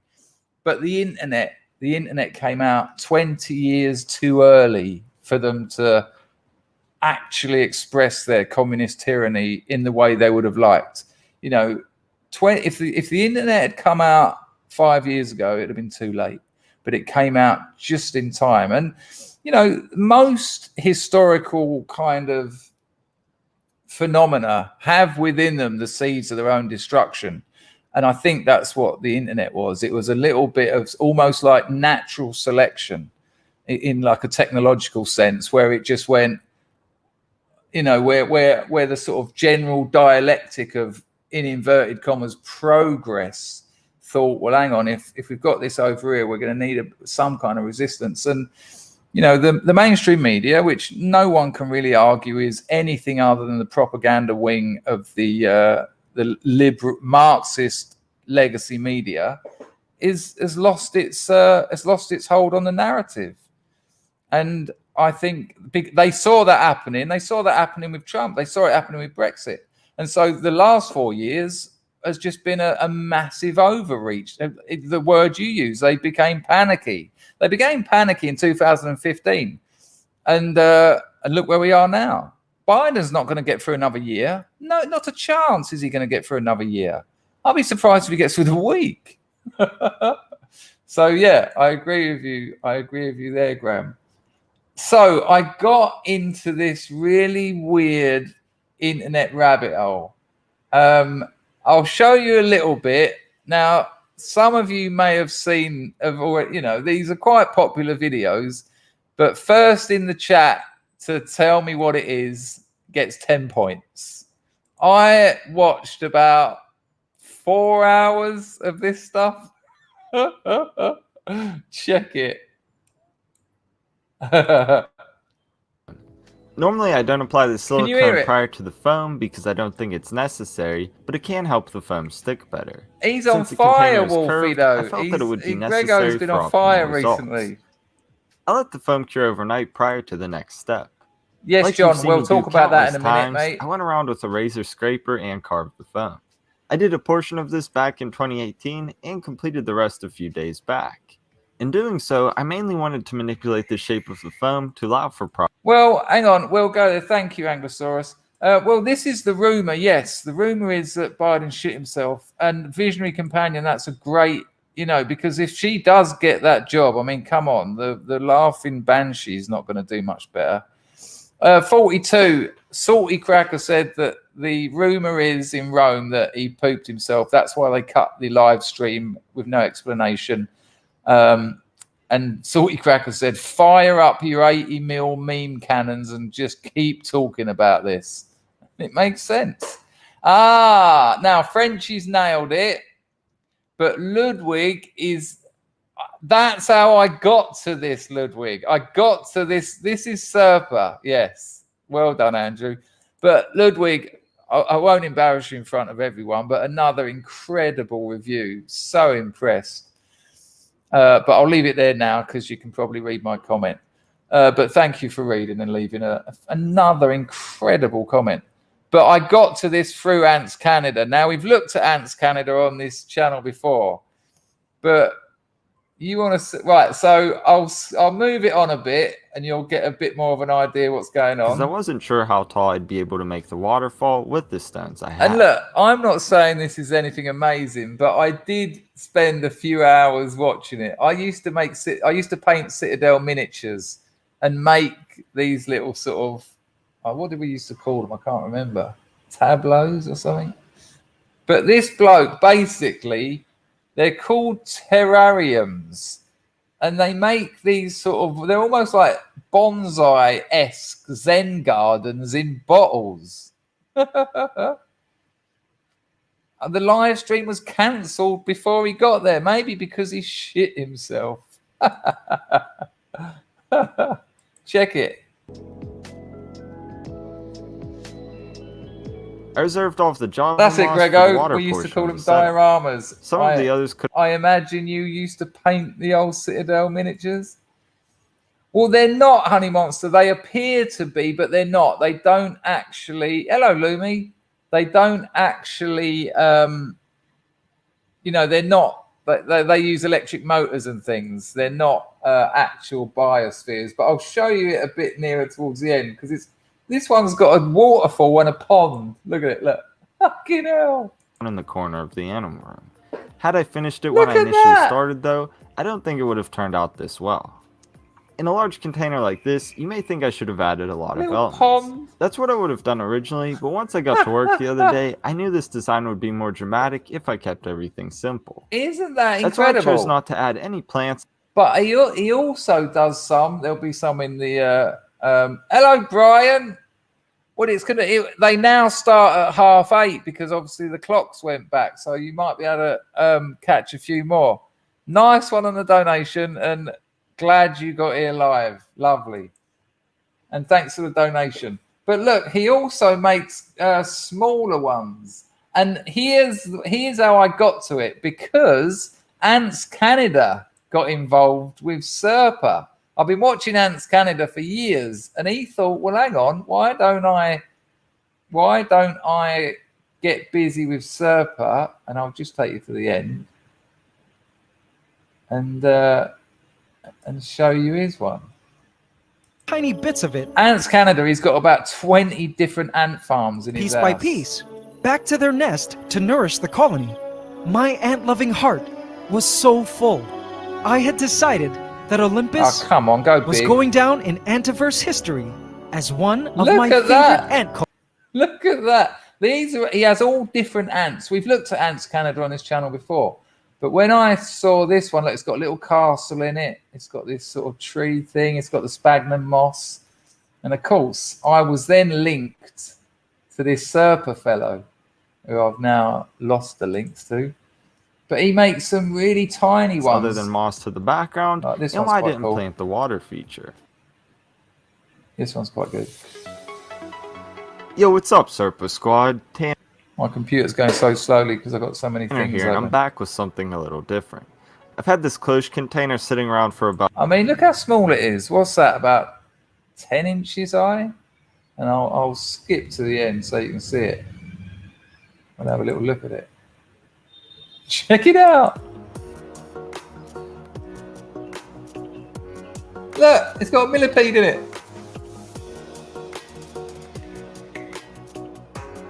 Look at his little place he made him.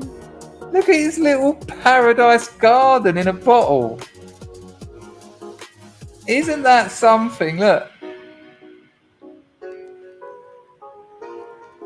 I mean, I don't know if he's selling these or what. Oh, Skin Scar, is that you off with your brother? Have an absolutely fantastic week, my friend. Look after yourself and make the most of it. Great news. They're wild, aren't they? There you have it, the Millipede Mountain Terrarium. It's something very different than what you've seen on the channel thus far, and I think it turned out great. I really like the texture and colors the Dragonstone brings to the design. There you go, terrariums. I'd never seen anything like it. I'm aware of the ant farm from Ant Canada. Right, now, this was sent to me by Rags. I don't know if Rags is out of bed yet. No worries, mate. What a thing to do. You'll have a great time. Check out, this is a great speech. It's only 2 minutes long. This came from Rags. It's brilliant.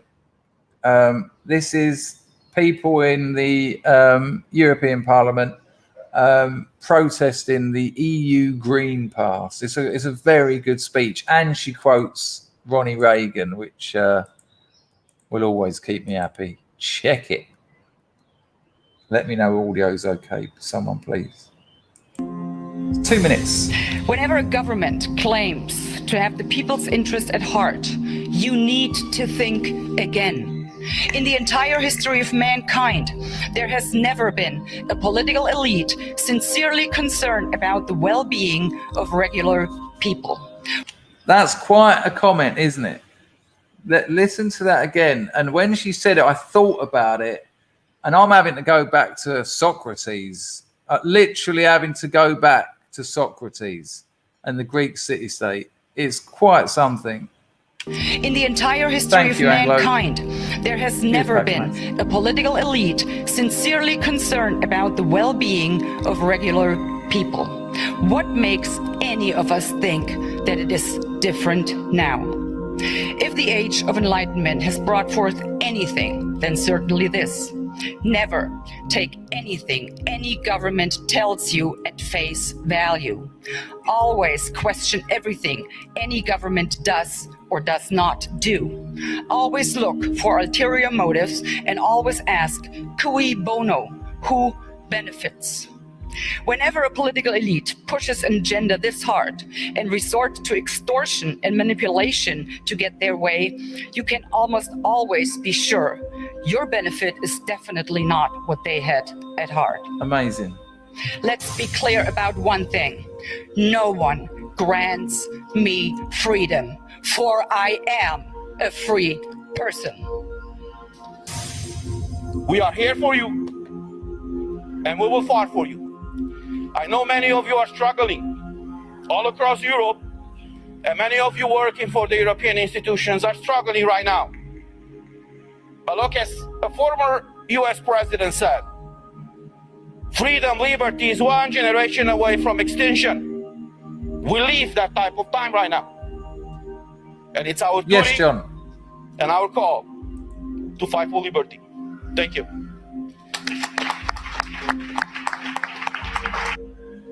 Amazing, amazing. Just having it right. Just say it how it is. And I'm seeing so much more of this. They've overreached. The Biden administration has overreached. The EU have overreached, and I'm very optimistic. I will never lose hope. Not a chance. See you later, Shane. Take care, mate. Yes, Anglosaurus, without a doubt. Yes, Cole. But I'm confident. These fuckers are tearing the place to pieces, and people are starting to see it. Now people are starting to see it in their pockets. Now people are starting to see it at the gas pumps. Now people are starting to see it in their shops. Well, where are you going to look? Who are you going to look towards when it's actually happening in your house? You know, when teachers are turning up to schools to complain about what their kids are being taught, and the fucking FBI are being brought in. What, you're going to talk to me about freedom? When the highest ranking American uniformed official rings up China to say that I'll let you know if we get busy, people start waking up. I'm very hopeful. I'm more hopeful today than I have been in the 5 or 6 years of this channel. Seriously. Link, I've just put the link in the chat, John. Yeah, Matt, it's crazy, isn't it? What a great point. No, man, I'm very much looking forward to this. Now, yes, on Saturday, I played you a video of a protest in London that, as far as I could see, looked like 50, 60,000 people. And the chat said that this wasn't being reported in England. It looked huge. You know, they were in Trafalgar Square. You can't miss this shit. And that interested me. But here's a really weird one. And this is on a French website with 28,000 subscribers, channel barely bigger than mine. And apparently the police and the fire service, this will be mandate-based protested at the house of the mayor of New York. I haven't seen this anywhere.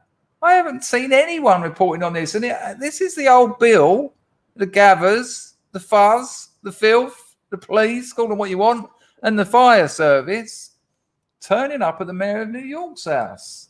Why did I have to stumble upon this? It's a very short video as well, but it ain't a small protest, and it's at the mayor's house. Check it out. Now, I'm not saying this isn't being reported, but I'm asking you, did you know about this? Because I fucking didn't.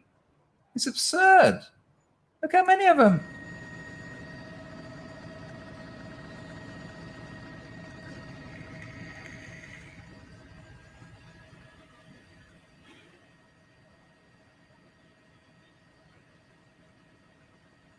They turned up to his gaff.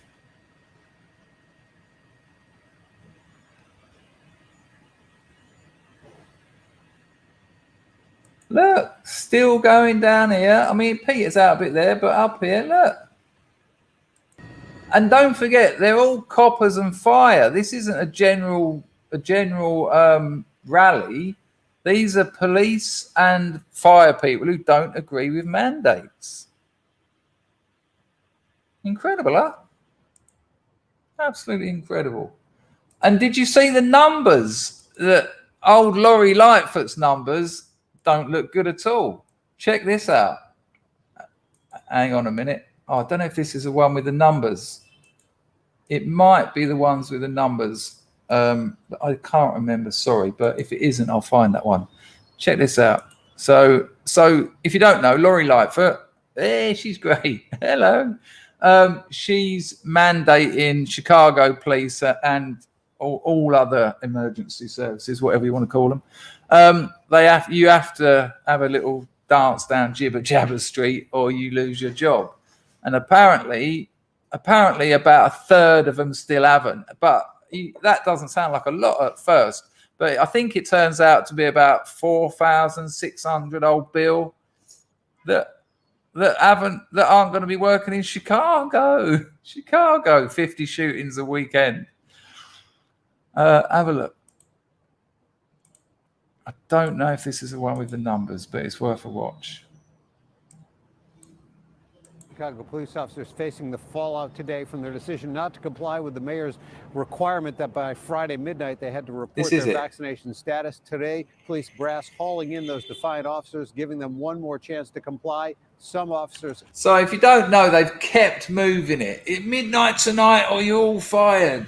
Midnight tomorrow. You've got until Wednesday because they thought these people were just going to roll over. Still refusing. Let's be clear, it's not an action against the FOP. I deeply believe that the only way that we can maximize safety in our workplace is by getting our employees vaccinated. Yeah, that's your belief. But what about theirs? What about their right to make decisions about what goes in their bodies? You know, that's what it's about. I can't, what fucks me off is she can't even think about that. These tyrannical leftists have no idea about freedom. Just listen to what she said there. It's that absolute ignorance of what freedom actually means. That's what's incredible about it. Let's be clear, it's not an action against the FOP. I deeply believe that the only way. Yeah, but what about fuck you and your beliefs? What about them and their beliefs? She thinks that comment. I really believe. Okay, all right, but they really don't. She doesn't. She can't even entertain that. The arrogance of elites. Again, the transparency of evil. Look, this isn't me being bad. I honestly believe something. Oh, well done. But they honestly believe something else.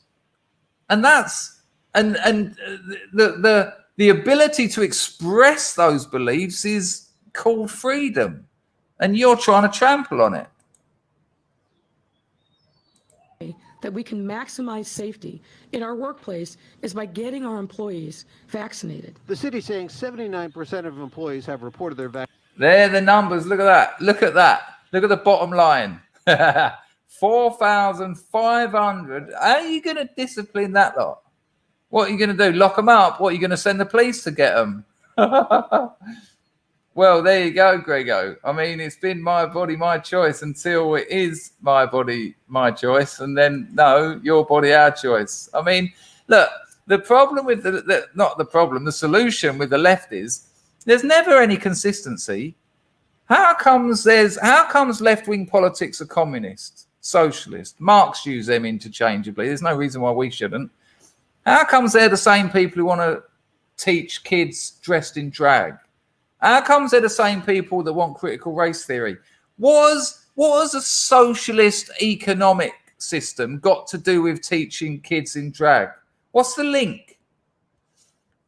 What has wanting to teach kids that white people are evil got to do with vaccine mandates? What's the link? Why is the left always got these ridiculous ideas that are not cohesive? They're not coherent. They don't have. You look at the right, you look at conservatives, they'll tell you tradition, family, community, freedom, small government, nation. That's pretty much it. Simple. But the left don't have that. You know why? Because they don't have anything. They just want to destroy. They want to bring it all down because they blame the world for their own failures. That's it. That's what brings all of the things why are those things connected? They're not connected unless you want to do as much damage as you can to the world, to civilizations, to societies, to people. It's the only thing. That is the only, if you had to make a Venn diagram and you had the left, that is the only thing that defines that classification, to destroy what already is. What are you going to replace it with? Don't say communism, because that's been tried. 2/3 of the world ended up chewing their own legs off on the back of that. You know, you keep calling people Nazis. You put the Nazis next to the communists, the Nazis look like a fucking playground.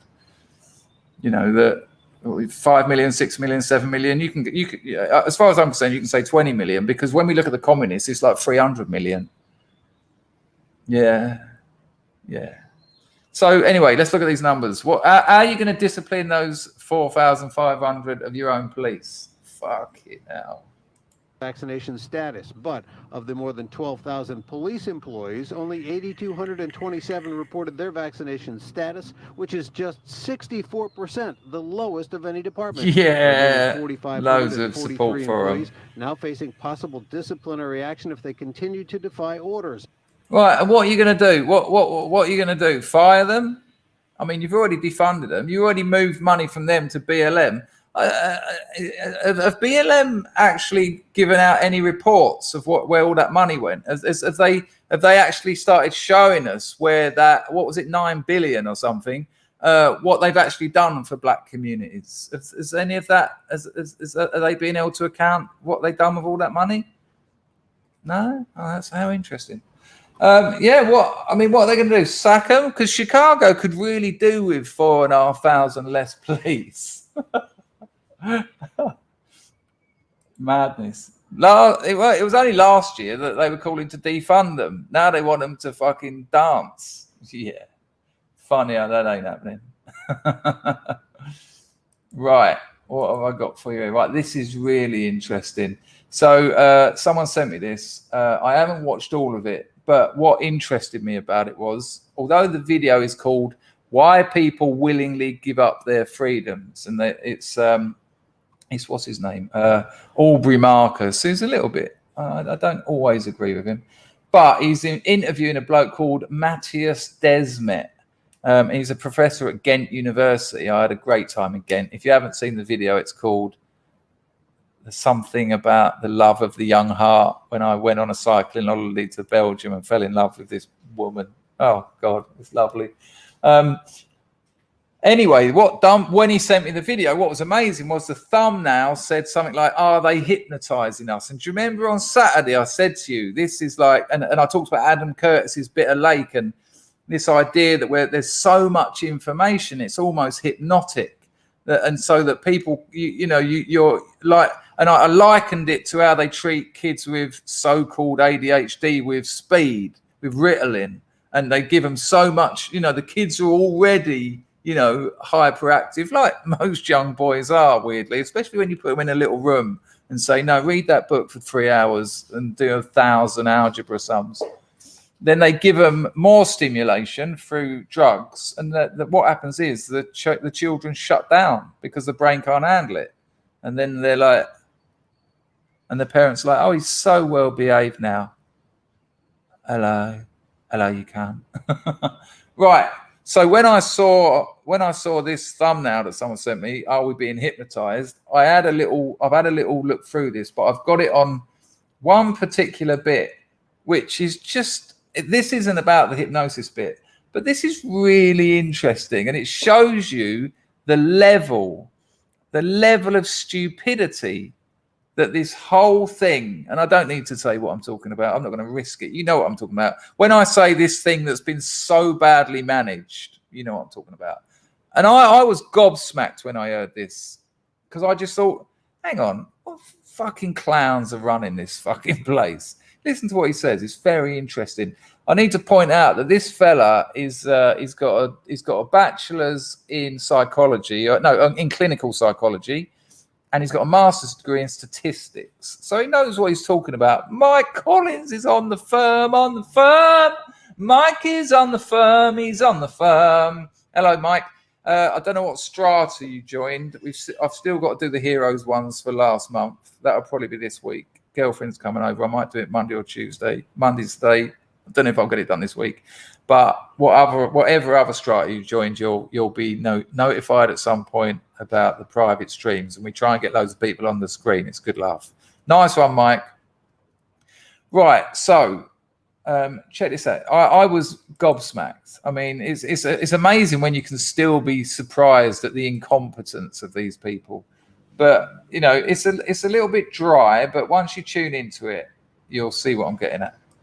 Hello, Emrys. One of the other things that is concerning. So when you look at some of the mechanism of totalitarianism, there's some thinkers who talk about and have analyzed that there's waves of terror, and this is how it kind of works. And the waves of terror, so something becomes really scary, there's a retraction where it's not so scary, and then something else really scary happens, and it's just kind of like battering down, like imagine a big log trying to batter down a Honey Monster is a peculiar and so beat. This is something that I think we should be mindful of.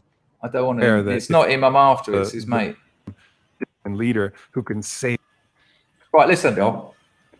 Yes, it's something quite strange. I think that the masses always long for a severe and cruel leader. Gustave Le Bon said. Which is something very strange. Something in the process of mass formation. Like if you look, the Marxists always long for a cruel leader, right? We come from a very individualistic age in which people try to find meaning in their own lives and in their own way, but actually in a strange way. Now we see how the opposite emerges. It is as if people want to lose themselves in the masses, in the crowd, and as if they are looking for a leader who tells them what to do. And that's one of the most specific aspects of mass formation, I think, that it makes people long for a harsh leader. And Gustave Le Bon describes this already. And if the leaders of the masses understand this, they understand that they can be as absurd as they want, that they can be as harsh as they want. They can be as absurd as they want. I'm thinking, giving illegal immigrants $1 million? That's quite weird. Leaving the southern border open in a nation that has welfare. The list goes on. They can be as absurd as they want. That they can impose the most absurd limitations to individuals' lives. It will only make mass formation stronger, and it will only make the leaders more popular. Because it's like it's imposing sacrifice, which is a deep part of ritual. And I've heard you talk about this, how like the sacrifice itself, it's like any initiation process. It's difficult. It's hard. Yes. We've had to do this together. We gave up Thanksgiving and we gave up Christmas and we never left our house and we put masks on our 3-year-old children and we sacrificed. And that ritual then actually increases this sense of social bond. Of course, exactly. You nail it down now, I think. That's exactly what happens. Like the corona measures, the lockdowns, the social distancing, the mask wearing, and so on actually have the function unconsciously of a ritual. A ritual meaning a kind of behavior that as the only function has to create a social bond. And the less practically meaningful such a behavior is, the better it serves its function as a ritual. The more absurd it is, the better it serves a function as a ritual, and the more sacrifices it demands, the better it functions as a ritual. Because in this way, the individual that sacrifices something shows that the collective, that the group, the cohesion among the group members, is more important than its individual, than what is important to the individual. So that's exactly how rituals function. Rituals have to be pragmatically meaningless, useless. It's amazing that the modern rituals have to be practically useless and practically meaningless. It's incredible. Mike Collins, nice one for the Lady Godiva. I've been a lurker for a while. You and the Scrubs are a refreshing change from today's nonsense. Nice one, Mike, and thanks for becoming a member.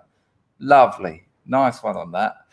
Right, there's another bit of this that I want to play you. I don't know if it's this bit, but I want you to hear it. So when we're fine.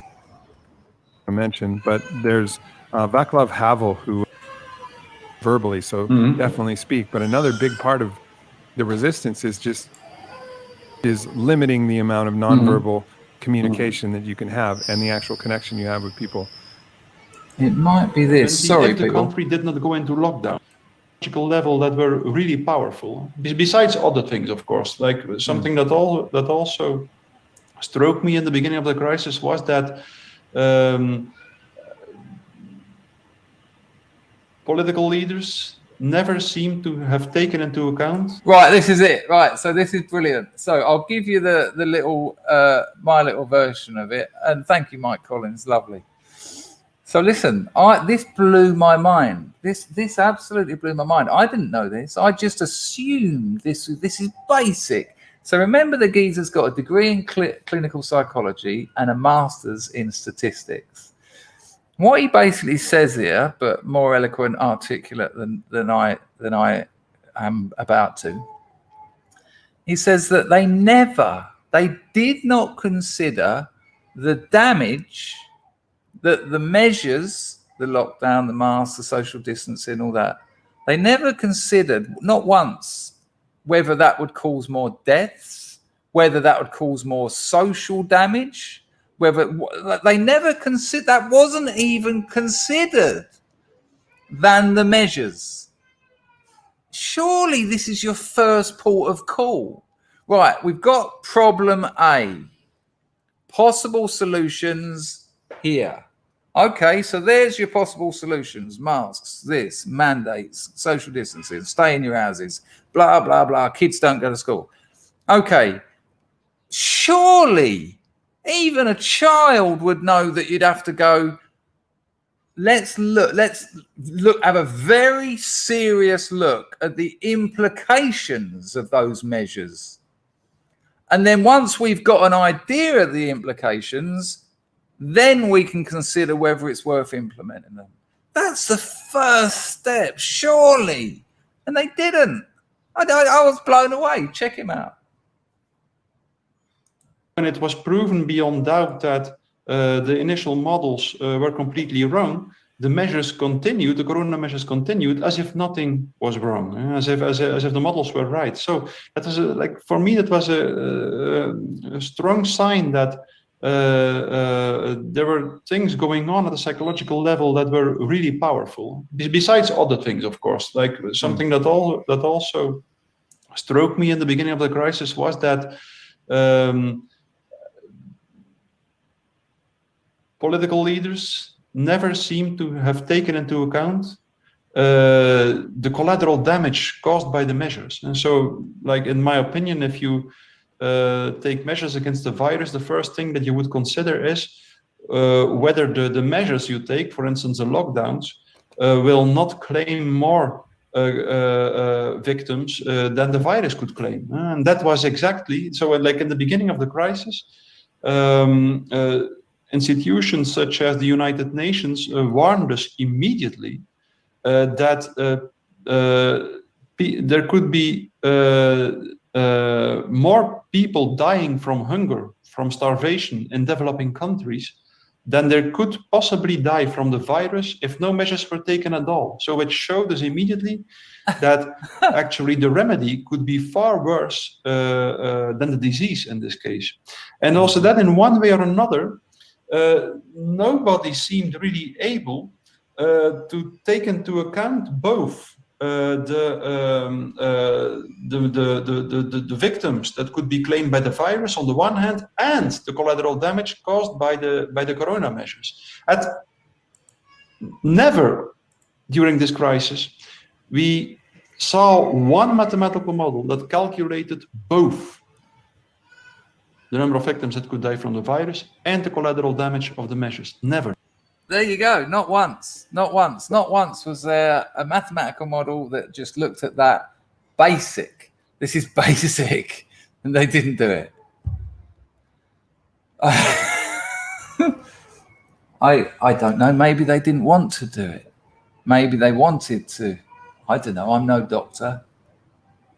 Maybe they had another agenda. Hard to say. hard to say.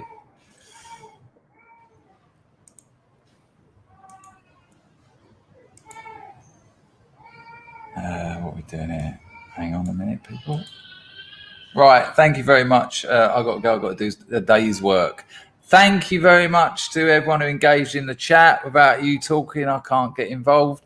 Thank you to everyone who donated. Oh, you still got a couple of minutes if you thought this stream deserved it. And it was an awesome Monday morning stream. Thank you to everyone who donated. Thank you to Rags for looking after the place. I think he's still in bed. Thank you to all of you for being brilliant.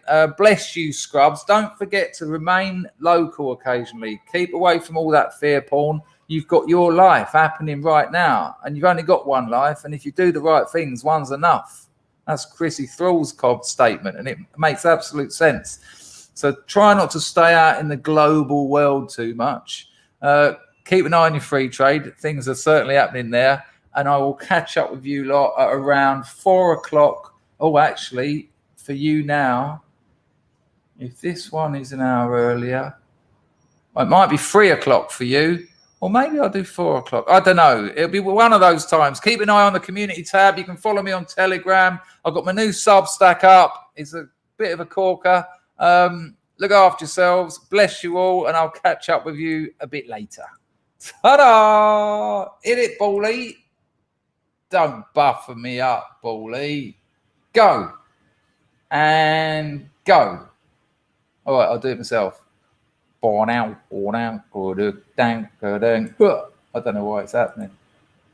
It might start in a minute. I'll get the guitar out and just fill in. Chomp, chomp, chomp, chomp, chomp if you want to, chomp if you don't, chomp in the evening, chomp at night, chomp when you don't want to fight, chomp in. Come on.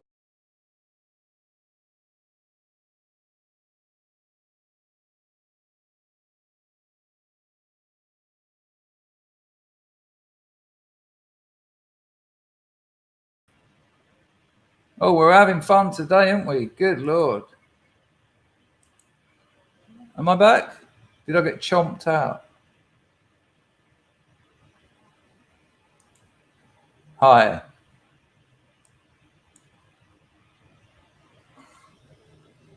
Chomp, chomp, chomp all you like. Chomp in the day and chomp at night. Chomp when you're under your bed. Chomp when you're hungry in your head. Yeah.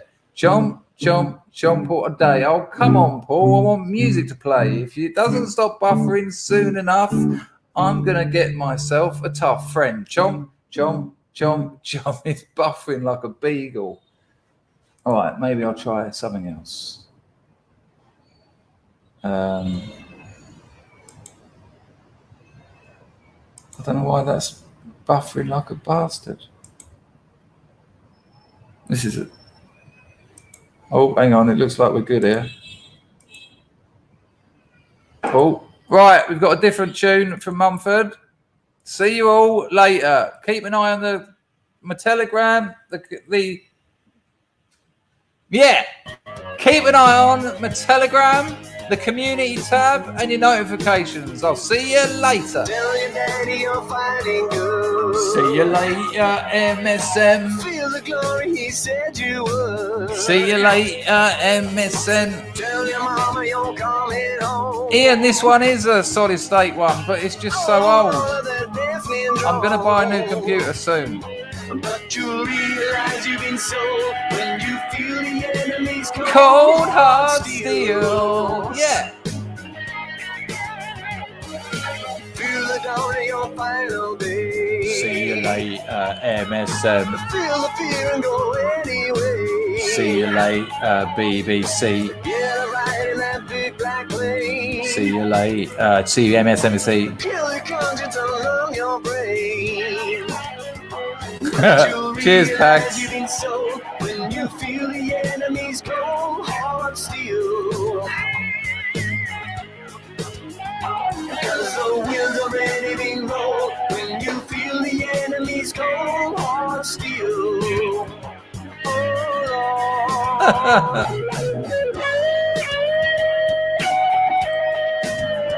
Oh, I might do that myself, Honey Monster.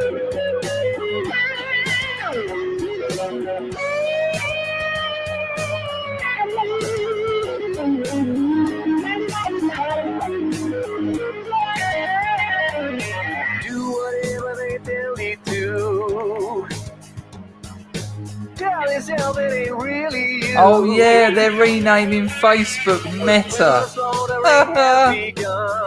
Facebook's finished, man.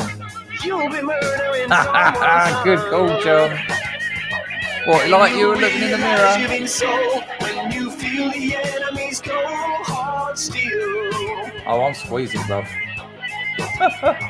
Cause the wheels already been rolled. When you feel the enemy's cold heart steel. Yeah, give us a like, people. That'll be handy. Yes, you'll realize you've been sold when you feel the enemy's cold heart steel.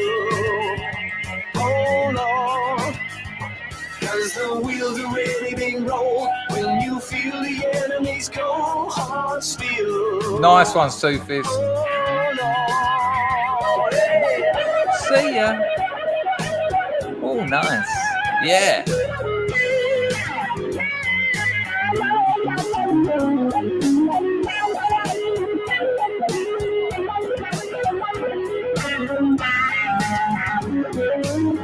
Wicked solo.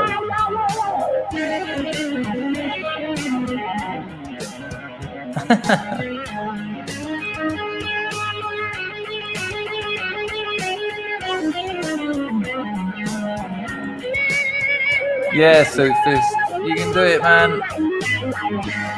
Amazing that you got down to 5 mil. Incredible. Oh, bit of panning there. Look after yourselves, people. I'll catch up with you later. I don't know what time. I'll have to work it out. That'll only take me about, I don't know, an hour or so. Probably the hour that I should be streaming, but who knows? I'll catch up with you later. Much later.